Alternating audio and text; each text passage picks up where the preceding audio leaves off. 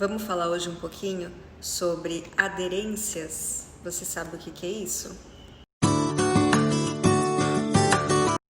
Falando um pouquinho sobre as aderências.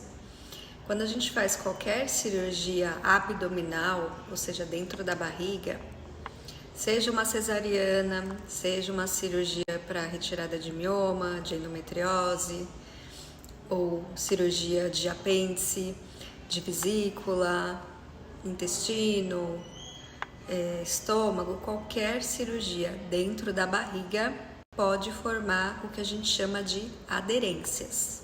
Elas estão relacionadas ao processo de cicatrização. Então, quando a gente mexe em algum órgão, por exemplo, falando mais da parte ginecológica, numa cesariana, quando a gente abre o útero para retirar o neném, a gente cria ali uma região de cicatriz.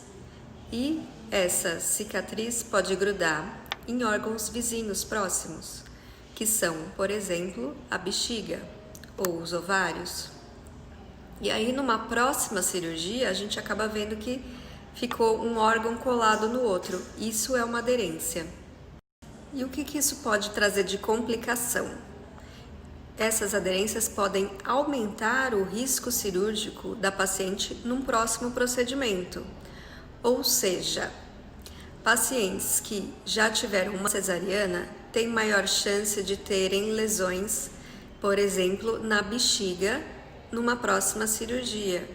Então, nenhum procedimento cirúrgico é isento de riscos. E quanto mais cirurgias na barriga a gente tem, maior é o nosso risco de ter lesões em outros órgãos.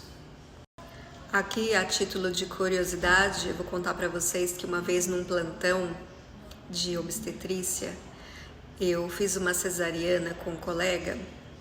A paciente chegou em trabalho de parto, ela já tinha 2 cesarianas anteriores, tinha a carta para fazer laqueadura.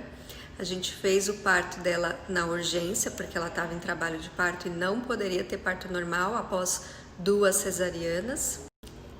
E a barriga dela estava bastante difícil de abrir, de acessar o útero.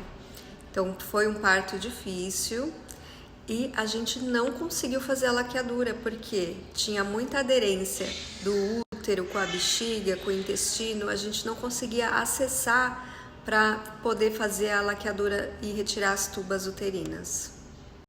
Então, o que é importante nesses casos? Planejamento familiar. Porque se eu quero ter 3 filhos ou mais, se eu tiver todos eles por cesariana, o meu risco, o risco da paciente, né, aumenta muito. Então, pensar muito bem antes de ser submetida a tantos procedimentos cirúrgicos. Ficou alguma dúvida? Manda aqui pra gente.